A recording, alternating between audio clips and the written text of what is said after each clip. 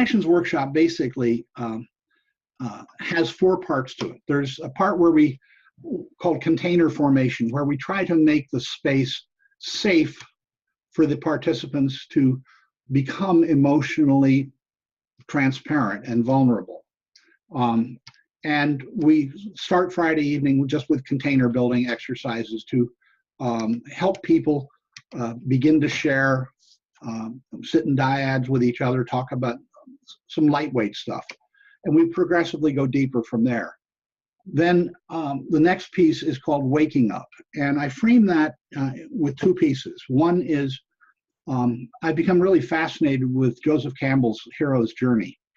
And so I look at a weekend like what we're going through as a journey. The idea is you're moving from a place of where you are now to something's not quite right. So you answer the call and attend this workshop, and we work you really hard, and you go through an ordeal, and then you return home somewhat changed.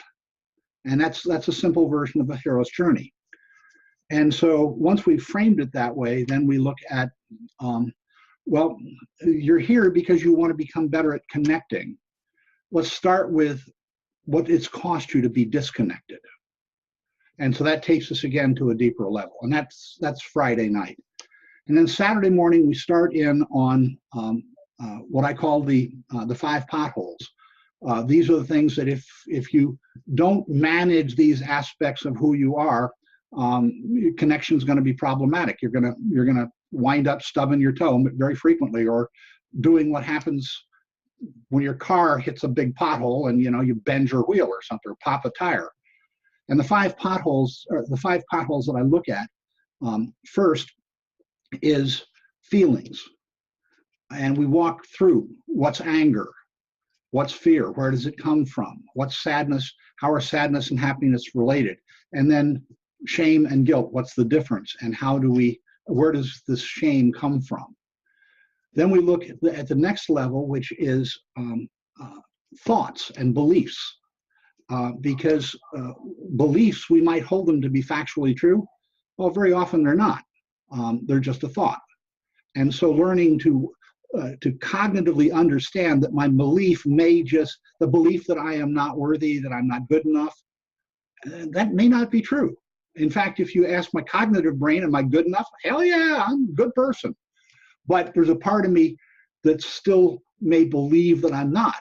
And that part of me is going to defend myself. And that's the third pothole, defenses. So how do I show up defensively? What are the behaviors that I manifest that show that I'm being defensive? And then underneath those are the Jungian shadows, the part of me that I'm not conscious of, the parts of me that I hide, repress, and deny, and want to not look at. And to the extent that I don't look at those shadow behaviors, they will, over time, start leaking out, and other people around me will see them, and there goes connection.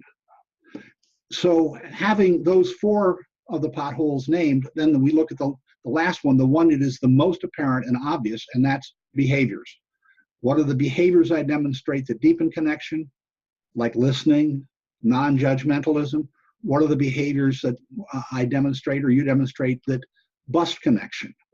And so developing an awareness of the behaviors that in the general sense bust connection, in the more specific sense that people like your parents or friends, demonstrate these behaviors. And then finally, the look in the mirror question, what behaviors do you demonstrate that bust connection in your life?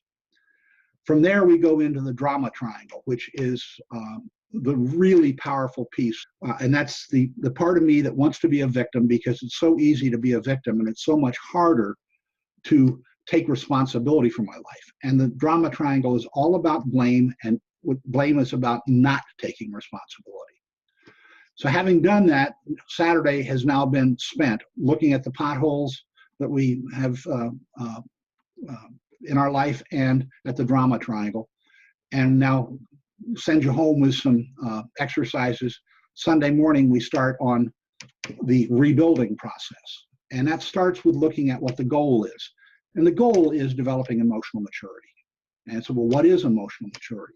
What's it not? What is not emotional maturity? Examples of what are and what aren't. And some simple assessment, 12-question assessment. Well, how emotionally mature are you? Which may also determine how well you can take an emotional maturity test, because the answers are pretty obvious. And then from there, we look at the 5 disciplines that if you can develop these skills in your life, you'll be able to connect more deeply. And the first of those disciplines is listening to understand. And that's, tell me more, tell me more. I want to understand you more. The second one is disciplining my mind, meditation, or practices that allow me to focus my mind so that I can learn to shut out all the noise around me and stay focused on you, for example. The third one is noticing my internal processes. It's becoming conscious of what's going on with me and developing the skill of noticing, oh, wow, my defenses have been triggered. What's that about? Okay, and getting curious there. And then the fourth is paying attention to my intention. I had a teacher many years ago who noticed that I would constantly raise my hand and answer questions in a class, and or ask questions. And he finally said, Jones, before you ask a question the next time, ask yourself what your intention is. And that took me down the path of noticing. I had to notice, oh, I think what's going on here is I want to be seen. Oh, if I just want to be seen, put my hand down. Okay, so because if I'm not aware that I want to be seen, but that's what's operating, guess what? Half the rest of the room has already figured it out. So they're backpedaling as fast as they can from me. And the last of the 5 disciplines is taking responsibility for the choices I make. And responsibility means I am able to respond. So choosing wisely. Then I introduce 2 practices. One is called the pattern interrupt. And the pattern interrupt, in order for it to work, I must be able to stay focused on what's going on in the moment. I must be able to notice what's going on in me. I must be able to notice the meaning I have given to something that happened externally or internally, and be able to question that. So there's a whole bunch of things that go into making a pattern interrupt work. But once I can make a pattern interrupt, then what I change is from an unconscious automatic response to a conscious, mindfully chosen response, which allows me to deepen connection or break it if I want to. And then finally, the last thing we look at in that section is conflict resolution, the process of conflict, how things break down, and then several ways of dealing with the conflict and healing it, and of ultimately learning over time to short circuit some of those things so that the conflict itself comes shorter and shorter and shorter. And that actually happens to be one of the characteristics of emotional maturity. So that's the ordeal. And then finally, the return and celebration part of it is